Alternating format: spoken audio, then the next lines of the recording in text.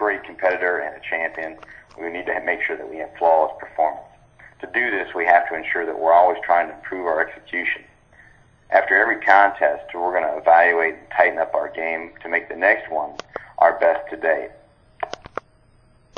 First issue we're going to cover is our alignment. These snapshots that we'll take a look at go over our alignment in coverage 3 versus the number 1 receiver for corners.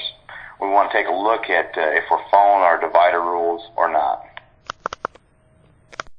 As we go through these snapshots here of tray or cover 3, we want to be mindful of how we're aligning the number 1 receiver. As a general rule, we want to align inside the number 1 receiver by 1 yard. We want to make the throw outside the numbers. Our divider is 1 yard inside the top of the numbers, so that we give a swath of 10 yards to the sideline that we want the throw to be made.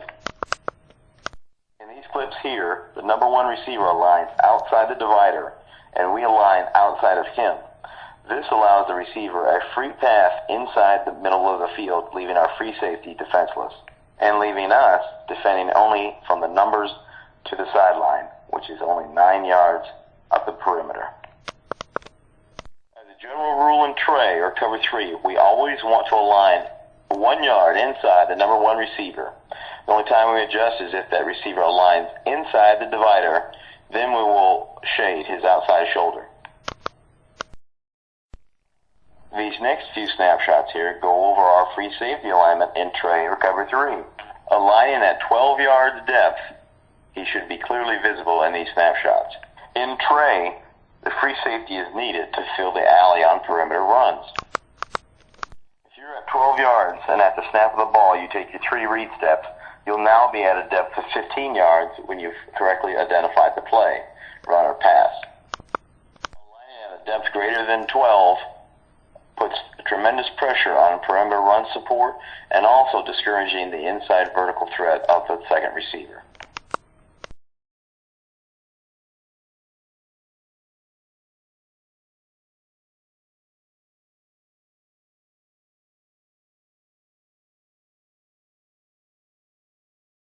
These next few clips are going to go over our cover 3 defense of the shallow high concept, or otherwise known as smash, where number 2 runs a vertical or corner route and number 1 runs a underneath or shallow route. In cover 3, we play number 1 to number 2 receiver while defending the deep third. When the number 1 receiver sticks and stays shallow, we immediately have to turn our focus on number 2. Is number 2 going vertical, inside, or outside? When the number 2 receiver continues to press vertically after 10 yards, he's essentially our primary threat at this time in cover 3. We are essentially route reading the 2 receivers, playing the deepest vertical threat of either of the 2. Remember that you have 5 to 4 underneath defenders in cover 3 or tray. We have no other help deep. Also, be mindful of how your alignment plays into this. If we align outside our divider, now we're making it that much more difficult to defend this space. If you look at the field, we essentially have the field divided in thirds already, between the hashes and then from the hashes to the numbers. Those are our thirds that we're looking to defend.